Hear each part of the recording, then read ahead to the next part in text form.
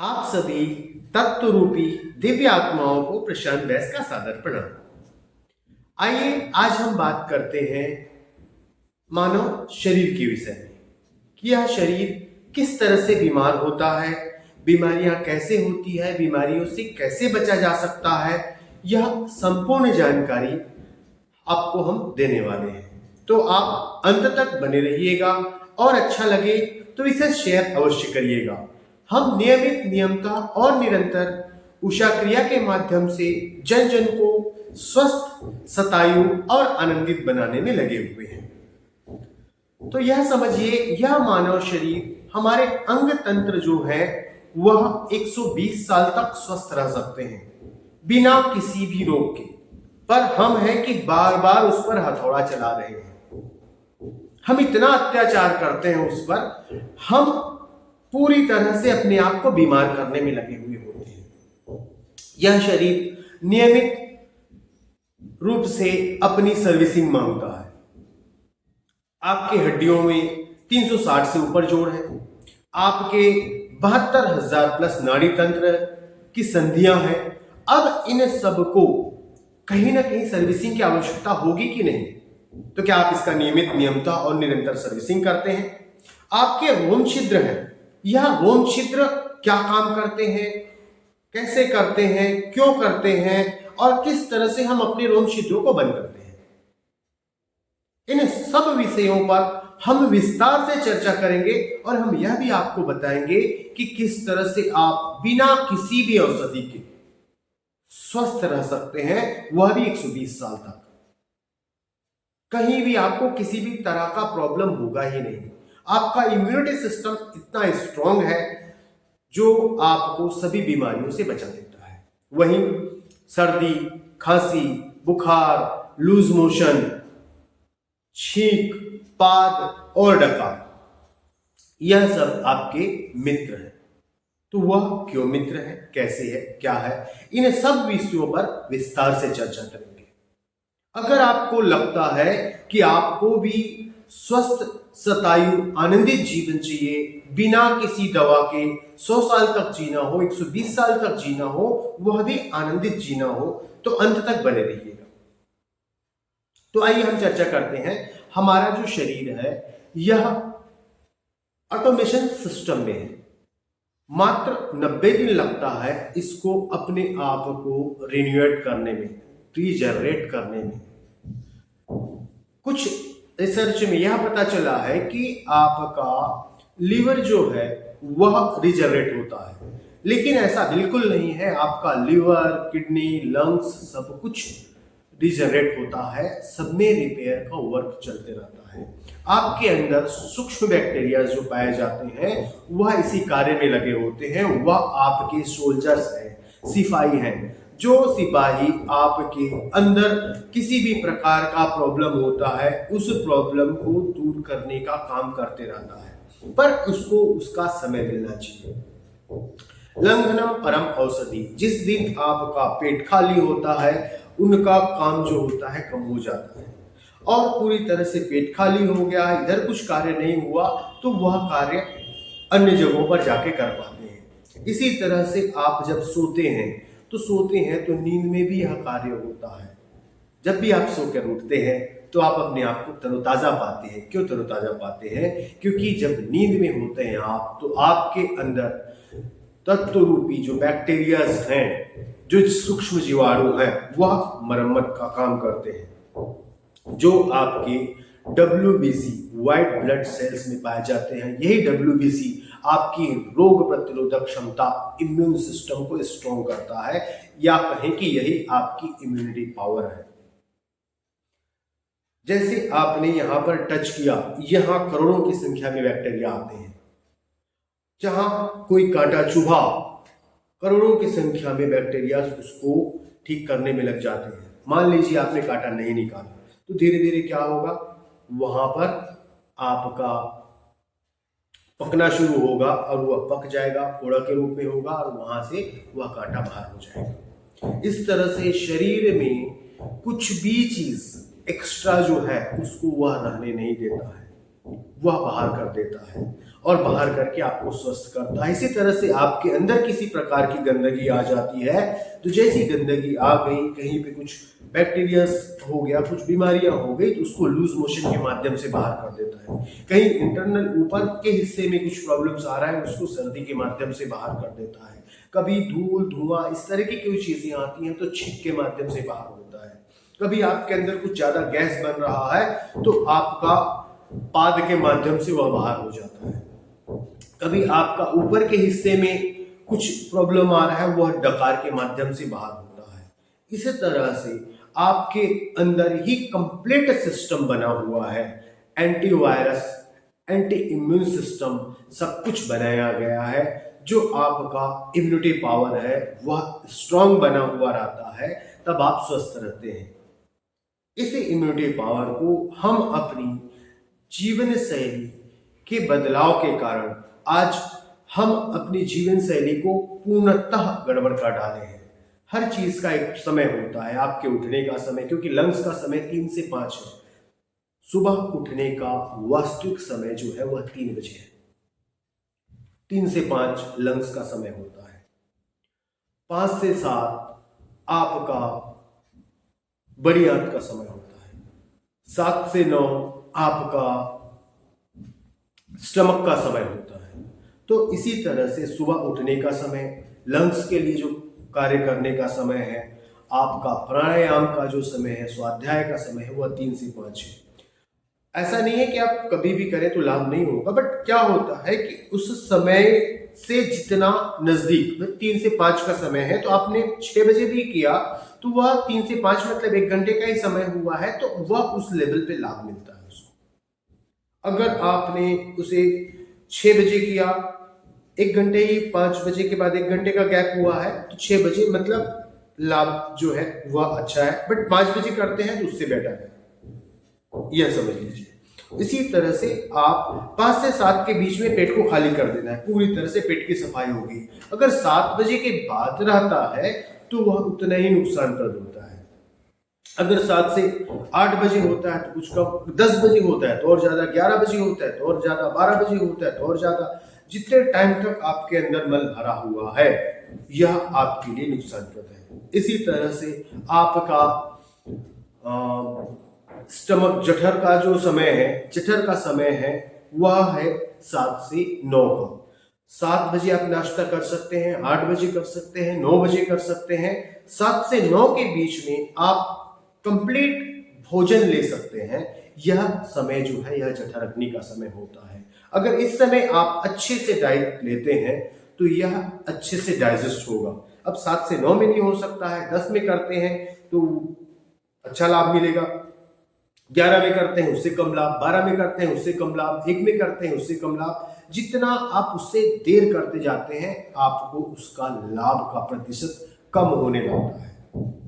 इसी तरह से हमारा सोने का समय, हमारा खाने का समय, हमारा उठने का समय, सारा चीज तय है। तो आपका जो जैविक घड़ी है उसके अनुरूप दिनचर्या हो तो वह सही स्थिति में रहता है। लेकिन हम अपनी सारी चीजें बिगाड़ चुके हैं। सिगरेट, गुटखा यह हमारे लिए नहीं है पर हम कर रहे हैं। लेकिन सोचिए कि हम कितना दिन कर रहे हैं उसके बाद उसका इफेक्ट शुरू होता है। ऐसा तो नहीं आपने एक सिगरेट पिया कोई प्रॉब्लम हो गया, आपने एक गुटखा खाया कोई प्रॉब्लम हो गया। आप देखते हैं सालों साल सिगरेट पी रहे हैं, सालों साल गुटखा खा रहे हैं, तब जाके प्रॉब्लम के सिम्टम्स आना शुरू होता है। आपने शराब पीना शुरू किया, शराब पिया, अत्यधिक शराब पिया, तो कितने दिन तक अत्यधिक शराब पिए? आपको अपने शरीर को आप एक टास्क ले लीजिए, मुझे शरीर को बीमार करना है। आप चाह कर भी इतनी जल्दी उसको बीमार नहीं कर सकते, क्योंकि वह जीना चाहता है, वह स्वस्थ होना चाहता है। शरीर आपका स्वस्थ होना चाहता है, वह आपसे लड़ता है। यह आंतरिक लड़ाई जो है ना वह अपने आप से। आप एलोपैथी की मेडिसिन खाते हैं, एलोपैथी की मेडिसिन शरीर के लिए फायदेमंद कम, नुकसानप्रद ज्यादा है। चाहे वह लिक्विड फॉर्म में हो, चाहे वह गोलियों की फॉर्म में हो, चाहे इंजेक्शन में हो, चाहे बोतल में हो, आज बीमारियों की जड़ें कहां पर है? तो बीमारियों की जड़ें फैल रही हैं मेडिसिन से। मेडिसिन ही मौत का कारण है, दवाइयां ही बीमारियों का कारण है, दवाइयों से ही बीमारियां बढ़ती हैं। आप देख लीजिए, जो दवाई नहीं खाता हो वह कम बीमार होता है बनिस्बत दवाई खाने वालों की। यह कैसा सिस्टम है कि आपको कोई प्रॉब्लम हो गया तो आप पूरी उम्र दवाई दवाई दवाई दवाई, मतलब क्या हो रहा है? जो प्रॉब्लम है उस प्रॉब्लम को बंद नहीं किया जा रहा है। एक पानी की टंकी है, अब वो पानी का टंकी लीकेज हो गया, आपको एक लेवल चाहिए पानी का, तो आप क्या करेंगे? लीकेज है, पानी भरते रहे। यह सिस्टम सही है कि लीकेज को बंद कर देना सिस्टम सही है। तो अन्य पैथी जो है, चाहे नेचुरोपैथ हो, आयुर्वेद हो, आपका होम्योपैथ हो, यह लीकेज बंद करता है। लेकिन एलोपैथ क्या कहता है कि भी कम हो रहा है, उसमें डालना प्रारंभ करो। इसी तरह से प्रतिदिन दवाई दवाई, चाहे बीपी हो, आपको कहते हैं बीपी हो गया लाइफ टाइम दवाई, शुगर हो गया लाइफ टाइम दवाई, थायराइड हो गया लाइफ टाइम दवाई, एस्थमेटिक हो लाइफ टाइम, आपको अर्थराइटिस है लाइफ टाइम। और हम कहते हैं ना एलोपैथी की आवश्यकता, ना आयुर्वेद की आवश्यकता, ना होम्योपैथी की आवश्यकता, किसी भी चीज की आवश्यकता नहीं है। आपका इम्यूनिटी सिस्टम इतना स्ट्रांग है कि वह सब कुछ कर सकता है। बस उसको, जैसे दही जो होता है ना, कैसे बनता है? दूध है, दूध में थोड़े से जामुन की आवश्यकता होती है और दही बन जाता है। इसी तरह से सूक्ष्म बैक्टीरिया आपके अंदर है, उस बैक्टीरिया को बढ़ाने के लिए यह आपका 3SRK है। 3SRK का प्रयोग आप करते हैं तो वहां से आपका जो दही बनता है दूध से, इस तरह का प्रोसेस होता है। थोड़े से मात्रा में जैसे आपने 3SRK का प्रयोग किया, चाहे राधा बूटी के समय में राधा बूटी, कृष्णा बूटी के समय में कृष्णा बूटी, सियाराम रसायन के समय में सियाराम रसायन, वही हमारा संधि सुधा और संजीवनी सुधा।